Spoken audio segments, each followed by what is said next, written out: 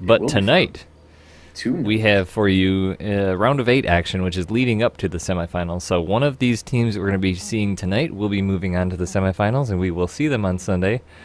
We're going to be doing a double header on Thursday, so that's going to be exciting. Starting at 8:30, same time, same channel. We will be casting both of the other matches that will be putting teams into the semifinal. One match was a walkover as there was a forfeit, so Team Gear in the Rear is already in the semifinals. Tonight it will be either Complexity Academy or Overdose Gaming, so that's exciting. And we've casted both of these teams a number of times, and every time we've cast them, they've definitely come forward with some amazing play. Their players have been outstanding in every aspect of the game. It's been a lot of fun to watch, a lot of fun to cast, and so I'm really excited for these games tonight. I think we're going to have a lot of great action and excitement ahead of us. You are correct, Mr. Galgation, and also don't be shy while we're casting here. Talk to us in chat. Talk to amongst each other about the games. We like to see that, and also let us know if there's any issues with the stream. We will take care of those as soon as possible. We have a new ish edited overlay tonight, which is much less obtrusive, so hopefully everyone enjoys that. But let's check that overlay out as we get into game number 1. What do you say? I think that's a great idea. All right. And we even have no issues today. Everything's loading up just Ooh, great as we well, move fancy into the that. game on Phoenix Cluster. In the lower right-hand corner, it is going to be the red Protoss from Complexity Academy. It is Death End. And in the top left-hand corner, representing Overdosed Gaming, it is D Nice. Now, real quickly, while we're kind of in the early stages of the game, we do have some biography information from these fellows from Complexity Academy. It is Death End, and his real name is Martin Roberge. He is a French-Canadian Protoss, and right now he's practicing 4 to 6 hours every single day as he's gearing up to do some tournament playing, including the finals for SC2CTL. So definitely ramping up his practicing, and he was GM for 4 seasons in Wings of Liberty, and he's currently Grandmaster in HOTS, so no stranger to the top of the North American ladder, that is for sure.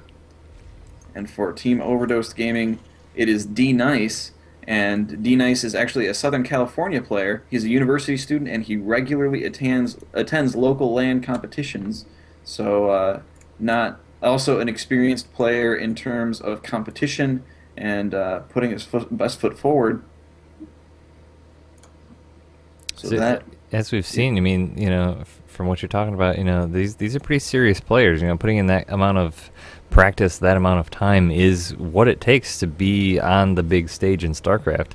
And we've seen throughout the playoffs, throughout the regular season, that there's some real serious players. Some have been competing on the professional stage, either in the past or coming up soon, and others, show great potential.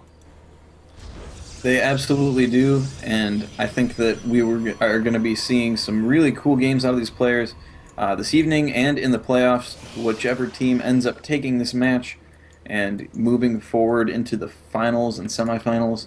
I think that we definitely have some cool stuff ahead of us. So it looks like Death End has a fairly standard opening against Terran. It's a 1-gas Gateway Cybernetics Core Expand. Got a Zealot coming out. He did get a pretty early scout on D-Nice. Got over there to see what was going on. Saw normal barracks and a supply depot. But it looks like D-Nice is going to be getting a little later scout in here. But this is about the time you actually want to scout a Protoss, because that Cyber Core is just finishing, so you'll be able to see what's going down. But looks like that Nexus goes down just as he's trying to put an engineering bay down. A little bit late on that attended block. The D-Nice is also getting a reactor on his barracks before really getting any units out from it. He did get a single Marine out there, but now he's going to go into full Marine production 2 at a time as he's getting a factory out That as Marine well. did quite the marathon too. He walked all around the edge here to check for any proxies, as that is a pretty favorite strategy of Protosses, including myself, the proxy Stargate. And we've seen the Terrans actually throughout this league, and as these strategies have become more popular, to scout for that a lot more because it is such a big deal. Well, I think just about every race has been scouting. At any time they're against Protoss, are definitely scouting for proxies, as it has become a very popular build choice and an effective build choice. I can see exactly why they do it so often, is because it's so effective. Yeah, it looks like we're going to see a quick marine mine drop out of D-Nice. We've seen this quite a bit too. Probably, I would say, one of the most popular builds we've seen in PvT, where you get 7-ish marines and a medevac real quick and go drop them with 1 or 2 mines in the Protoss mineral line. And if he's not ready, that's really hard for them to deal with. It Especially can be in the very situation difficult. where you did a Nexus or a expand so quickly too. No detection.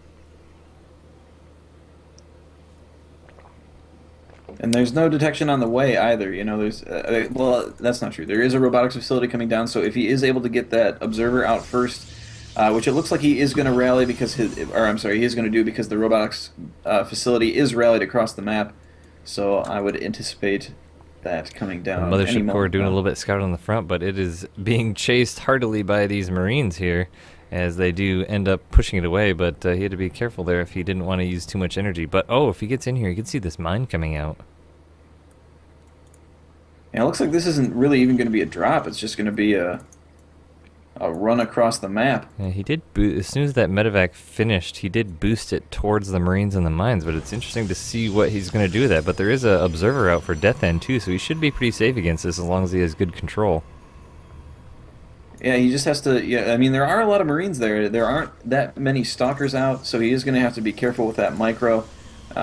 And not a whole lot else is really in production unit-wise. Yeah, so. Death End on only 1 warp gate right now as that just finishes, but the drop is going to be coming in the back. 7 Marines, 1 mine. Is he going to see this in time? And it doesn't look like he's going to. Those Marines are moving in now, although it looks like there is still a Marine in the medevac, so not a full unload. That's got to be a little bit hurt. And that mine does get burrowed. It looks like an offensive position against those stalkers, but with the photon overcharge and the observer coming in, that gets cleaned up without any hassle. Though the Marines are now trying to take advantage of that situation and moving in the front. 2 observers there, so that mine isn't going to be super effective, but the Marines are moving forward. Great micro from Death End. Yeah, but that cannon's going to finish up, and that's going to give Death End the upper hand here. As that cannon, along with those stalkers, do huge amounts of damage to those Marines. He's going to have to... Oh, he almost misses 2 Marines as he boosts his medevac out there. But there is still this mine out here that Death End has to be aware of. It isn't really getting any kills, though. I don't even think It it's doesn't gotten have a shot off. No. I do not believe that it has either. And there are still 2 observers There's on a the probe map. walking through it right now. Wow, that could not have gone any better for that mine as a sign-off. Definitely did a lot of damage to those stalkers and that observer. Probe while walks taking right out the through it and then probe. walks right Yeah. into the group of stalkers. But that observer is going to be going through D-Nice's base now, so he's going to see what's up. Both tech labs doing some research here. Concussive Shell and Stim. Stim is about half done. Although Death End has no way to know exactly what's being researched and the progress, he can surely tell as he sees the bubbling of those tech labs that something is coming down.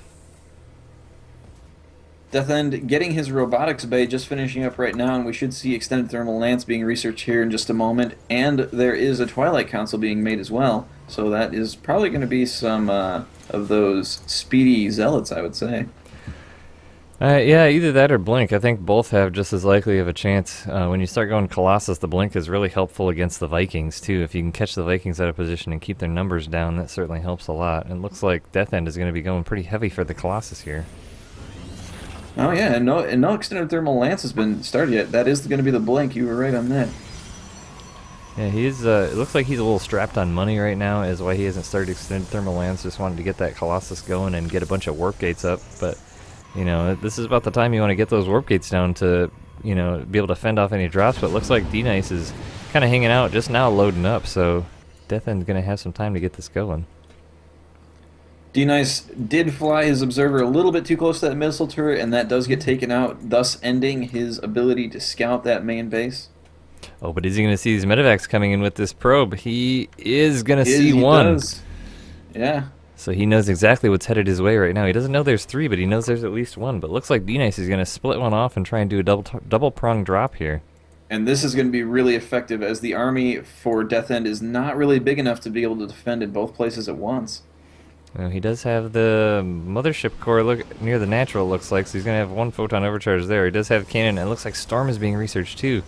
If he can snipe that Templar Archives, that'd be huge, but the drop in the main going to be starting to take out probes. Photon overcharge goes down. And that Twilight Council is going to go down, and that Blink is going to be shut down. Oh no, there he goes. Okay, he finished it off. It looks like Now the Michael. drop and the natural are going to be easy. Oh, the Medivacs boost out a little bit ahead of their time frame there as it was looking to pick up the Marines, but nice feedback there on that Medivac. Unfortunately, targeted the wrong one. I don't know if D-Nice was really paying attention to all that. He does lose all of that stuff there. Yeah, I'm not sure And what was that, going on there, but that was, he did, took out the Twilight Council, but overall it didn't do that much damage. no, I mean, slowing down that blink is definitely a great boon, but he really wanted to get those units out before he lost all of them, and unfortunately he just wasn't paying close enough attention and did lose both of those as the medevac got cleaned up as it was trying to boost out of the base. Twilight Council coming back down now to replace the one that was killed, but I mean, Galliation, I think the more important thing would have for him to snipe would have been that Templar Archives, which was positioned at the natural. I mean, now that that storm is done, this push of bio here is so much weaker than it could have been. With no Vikings in the mix here, although I know he's got a couple. I'm not sure where they are, though. It's like they're hanging out at his natural there. I definitely agree with you. However, he did have two medevacs worth in the main and only one in the natural, so he was going to pick off what he could while he could, as opposed to trying to reposition. Yeah, it was just good play by Death End by splitting those up, because, sometimes you'll see those drops where they come in, they're positioned right next to each other, and boom, snipe one, boom, snipe two, and your tech is set so far back. Yeah, absolutely. So it looks like Death End is going to be moving out on the map a bit. D-Nice going to be putting up a tower so he can see what's coming in. Death End does have some proxy pylons around for warping in. Comes some Templar, and so the army is looking fairly formidable for both players right now, so it's going to be a big positioning battle. But look at the energy on those medevacs.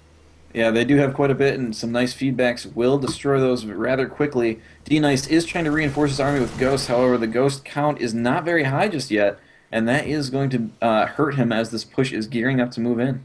Now, if Death End could get an observer up here so he could get some vision on those medevacs and or ghosts, so he could get those feedbacks off. The range is actually pretty long on feedback. And, I mean, if he could do that, wow, that would really swing the tide of this battle. But maybe he's not going to engage. It looks like he might just send out a Phoenix to see what's up and pull on back. And it is going to scout all that positioning, but not get super far in there. And D-Nice actually has really good spread on his units, trying to keep the ghosts back a little bit, but also within usable range of that ramp, and just trying to defend his ramp and his third base at the same time, which looks like it's going to be rather effective. Yeah, for the number of zealots that Death End has, I think it was smart for him to not engage there, because he's got his charge that's just now about 2/3 done, and those zealots will be so much more powerful once that finishes, as well as what it looks like up. I can't tell these colors. Protoss upgrade level 2 for ground. So between charge and level 2 upgrade, that's going to be pretty big for Death End. Death End also has a warp prism with 2 High Templar loaded up in there. So he's going to be doing some storm drops at some point once he gets this moving. It looks like it is getting ready. Here comes It's possible. medevac across the map too, loaded up with 2 Marauders and some Marines. Going to try and do a little poke here. He looks like he might cross this pylon. And I think that's exactly why that pylon is there, is to try and scout out these drops incoming. No, he's going to just skirt towards the inside of it though. So Death End does not see this coming, but his army is in great position to be able to fend this off. Just such a small drop. Phoenix does come in, get picked off by the Vikings, but look at D-Nice's army right now. That's a very big army with a lot of ghosts. So, and Death End in the same position too. He's got a lot of High Templar, so it's going to be... This battle is going to go pretty heavily one way or the other, I think, and it depends on who has the better control. It looks like D-Nice has decided against those drops. I think that is the right decision given what he was seeing as he was trying to find the right angle to drop into. There is an observer here for Death End that D-Nice's army is just barely outside the vision of. But not for much longer, as D-Nice is choosing to move in. There are a decent number of ghosts there, around 7, and scanning up to see that the army is not going to be able to defend here. But here's the engagement, and huge EMPs go down. I think that EMP hit every single Protoss unit. Oh yeah, the Death End's army is instantly all the more weak for that. All the Colossus are down, Stalkers remain, but D-Nice's army is taking a decent amount of damage as well, and in come the Zealots to try and help to fortify this, but I don't think it's going to be enough. Oh, Yeah. great pickup there, Oh, that too. was a great pickup, exploiting the positioning of Death End. He's going to come in here and try and snipe some tech. Looks like out of the main. Down goes the Cybernetics core. A couple Templar coming in. They're going to get some great snipes on these medevacs if they can. Oh, unfortunately, just not enough energy to kill him, but low energy. If he could get 1 or 2 more hits, dropping down on the third base. The cannon is going to not be too effective as the probe mineral walk through that small force. Photon overcharge goes down. He's going to be able to clean this up. But great play by D-Nice there. Oh no, did lose the medevac that had units in it, and a second medevac goes down as well. So only 2 medevacs from that army is going to get out of there, but he did a lot of damage. Yeah, but look at the positioning of Death End now. He's on 4 bases. He's got a 4th base up here mining. D-Nice is now just moving out of 4th. So, I mean, I think we're still looking pretty even. I mean, D-Nice's army is slightly bigger, but let's look at the structures. I Currently, can't Death find End it. does have a Zealot run by going into the third base of D-Nice, and was able to pull a little bit of attention away, but isn't going to be able to get a whole lot done with that in the end. And also a Dark Shrine is going down for Death End as well, so it looks like he's going to try and do some more effective run-bys than just Zealots. Yeah, there's going to be a planetary coming down for the 4th base of D-Nice, which is in a good position here to stop this. But, oh, there's a couple Zealots are going to get in here before this finishes. He's going to get a few SCV kills if he doesn't react here quickly. Then looks like he's going to pull those back. But those 2 Zealots going to be, looks like they're going to get out scot-free. Yep, and that was some good timing there by Death End. I'm not sure if that was... I doubt that was planned, but it ended up working out quite well. 3 more Zealots going into the 3rd base of D-Nice, forcing all the SCVs to be pulled back. So it didn't really do any damage, but did stop him from mining for a bit and kept him busy. That's, I think, the important thing right now is keeping the Terran busy, because the more actions you make him put onto defending his base, even if you don't do a ton of damage, is that many less actions he has to drop your bases. That's right, and it's also giving him a chance to get some tech that he definitely needs. That extended thermal lance is only just now halfway done. 2 Dark Templar are being warped in. That is the latest extended thermal lance I think I've ever seen. The 23-minute extended thermal lance. There's a drop going to be coming into the 4th base of Death End here. Look at the energy on that Nexus is nearly full. He did warp in 2 Zealots and a High Templar. The High Templar getting picked off before it was able to finish, so didn't really get much done with that. And D-Nice is just really getting a lot of kills here without a whole lot of repercussion until this army moves in. And now, again, he's just not paying attention to it. He's going to lose all of that. It looks like D-Nice is going to be moving across the map now. He's got, if we look at the units tab, he's got only 2 Vikings, though, so that's going to be a big deal, as Death End has 3 Colossus, but a lot of Marauders in that army. And D-Nice able to get some decent positioning here, as Death End's army was somewhat out of position, but the Zealots are moving forward, storming right into the storm that he puts down. Ghosts are cloaked and doing some decent EMP damage. Oh, huge EMP on all the High Templar. They are doing nothing now, immediately trying to warp into, or turn into Archons. But look at those Colossus Gallegation. Those 3 Colossus are untouched, and they're doing huge amounts of damage to just Bioforce. Yeah, there just weren't enough Vikings there to do much, and D-Nice is just stim microing his way into the main, but they have got themselves in a corner, and he's going to have to load up and get out whatever he wants to try and keep. Oh, nice storm on those medevacs to see if he can get another kill on those. Second storm goes down, does kill 1, but medevacs don't have a lot left in them. But that was a nice little bit of control play for him to think to storm those medevacs on their way out, as they were a bit low. But the unfortunate bit for D-Nice is he lost his entire army in that, and although he did a bit of damage to Death End, he kept his important units. He kept his Colossus, so now 4 Colossus on the field, 2 Archons, 8 High Templar, and 13 Zealots, so that's quite a bit. It is, especially when D-Nice is so low on units, as you were saying, but he is trying to normalize that upgrade advantage. Sorry, I'm stumbling over my words here. The Terran Infantry Armor level 3 is going down, while Protoss has its 3/3 up and is now working on shields. So D-Nice trying to equalize the playing field a little bit and get those Ghosts back, get some Vikings, which he were sorely missed in that last engagement. I'm looking at Structures tab here to see how many gateways Death End has, but it doesn't show the gateways. That's weird, but there's a lot of gateways, let's put it that way. There's 5 more coming down here at the natural. There's a whole bunch in his main. And so Death End is going to just have a huge number of gateways. And plus, I mean, as he's got his fourth base up and going, I mean, if D-Nice can't get in here and do some damage, Death End is going to be able to do a Zerg Remax almost off of all these gateways. Yeah, there are now turning into 15 warp gates is what it will be. Looks like armor level 3 coming down for D-Nice. He has gotten the memo about the Vikings. He's producing 4 at a time. So this will be a little bit different engagement. Look at all those ghosts, too. These EMPs will be absolutely critical for D-Nice. And I think that he's realized that that has really been what has won these battles for him, is getting rid of all those shields, effectively having the total HP of all these units. The Colossus are dangerously out of position. They're approaching. Oh, but the huge storms go down on all the ghosts. I don't know how many of those actually died, I don't think any died, but it did bring a lot of them down. So one more storm would take about half the ghosts. And those medevacs are working overtime trying to get those ghosts healed. And a nuke is going down right on that army. Nice defensive nuke. Yeah, he's going to want to cancel that, I'd imagine, as that army is not heading that way any longer. But it looks like he's going to let it finish. Yeah, both players at 200. I mean, it's going to come down to, like we said before, just a huge battle of positioning. And, you know, all these High Templar versus all these Ghosts. Who gets the feedbacks down? Who gets the EMPs down is going to be the huge difference. But a few Dark Templar are coming in, too, to start the battle. And here it goes. Again, huge EMPs going down. The Vikings moving and doing their jobs, taking down all those High Templar got EMP'd. And everything is just getting decimated here. D-Nice looking so strong. Really taking advantage of that huge ghost number and now chasing this army down.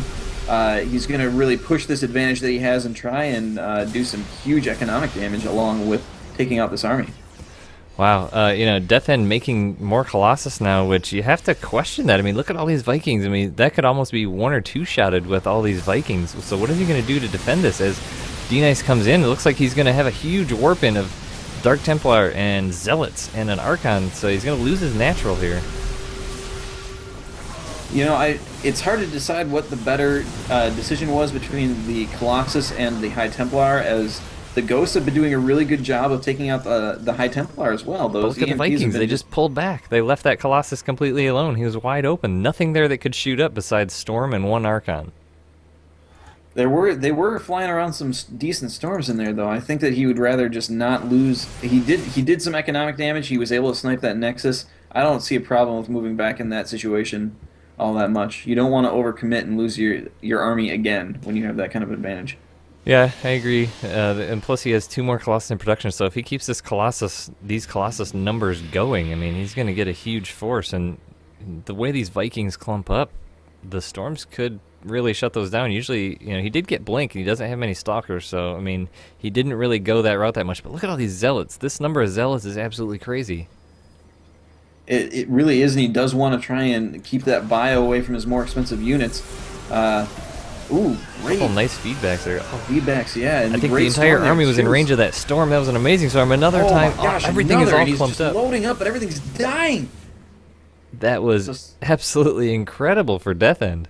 So suddenly the momentum shifts, and Death End is on the offensive. However, these 2 medevacs are going to drop their payload and try and do some economic damage. Zealots are being warped in, along with some DTs, and they are going to clean this up no problem. Yeah, so now D-Nice is left with only a handful of ghosts. I think he's got 3 here at his, we'll call this his 4th base. You know, what does he respond to this? It's 126 versus 200 right now. Death End looking absolutely insanely strong. Yeah, and you know, oh my gosh, and that planetary fortress drops as if it were nothing. All these SCVs are going to die. The medevac, or the Marauders and Marines are going to drop very quickly without any medevacs there to back them up. And even after doing, casting all those storms, having the control and ability to turn all those High Templar with no energy into Archons, now now he has a huge Archon force. There's 6 Archons here. Those alone do a ton of damage. Oh, but these Colossus bit out of position, gonna get possibly sniped. No, he does manage to save it with only a few HP left. And so now D-Knight's in a very precarious spot. He's got to get units, he's got to get them fast, but he's not able to produce them quickly enough, as this army for Death End is looking so strong right now. And look at Death End's production. He's producing 3 Colossus at a time. So suddenly that Colossus idea doesn't seem so bad, does it? No, after all those Vikings and basically his entire army clumped up into one giant ball, and 3 storms were able to take out the whole thing. I mean, shoot, that's going to turn the tide of any game. It really is. SCV's here trying to have their day with this Nexus going down. 3 of them just drilling away at it. This looks like a episode of StarCraft right here. One thing that has been very notable about D-Nice's play is that while he's been getting some great EMPs off on the Protoss army, it's cost him a lot of ghosts. Most of his ghosts have dropped in the in trying to do that, and they are an expensive unit. So not being able to keep those and having to resupply those all the time is very difficult to continue to resupply the rest of his army as well. Absolutely, and it looks like Death End, just picking the ultimate composition here to go with. He's got 18 Zealots, 6 Archons, 7 Colossus, and 6 Stalkers, 3 are Templars. So 3 Storms plus those Colossus. I mean, the AoE damage of that alone, the Colossus and Storms, is absolutely insane. My mind cannot handle it. There are 7 Vikings on the field, but that number against this number of Colossus is probably not going to take them down quickly enough to be able to salvage his army. D-Nice also has a nuke, and that is going down defensively. And Death Oh End is no, gonna but have now to it's going to fight cut for him a off moment. because he doesn't want to walk right over that nuke, and Death End just hung a right turn there. And yeah, able to snipe a barracks and get out of there before it falls. It's like nothing is going to end up being killed by that nuke.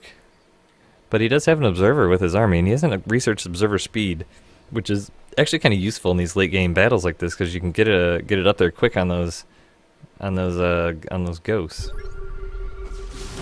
Yeah, being able to see those when they're invisible is definitely useful, but now this engagement is going down. The Colossus doing so much damage to these ground forces. The AMP is don't look like they're as effective this time, and the Vikings trying to do what they can, but storms galore, and the ground army of D-Nice is being wrapped up. There is the GG. GG indeed. Oh my gosh, that game. I mean, the PVTs we've seen so far in this league have been, and honestly, PVT is one of my favorite matchups right now.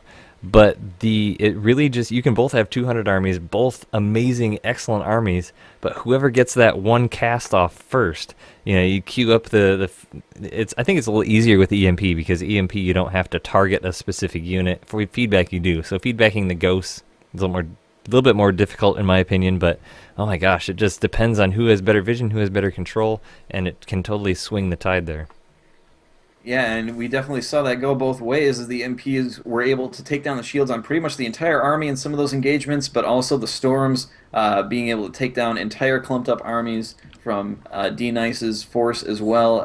Just momentum shifting back and forth, a real slugfest of a game, and it ends up being the Protoss player able to take it out. And the crazy bit there was the momentum actually shifted like 3 times.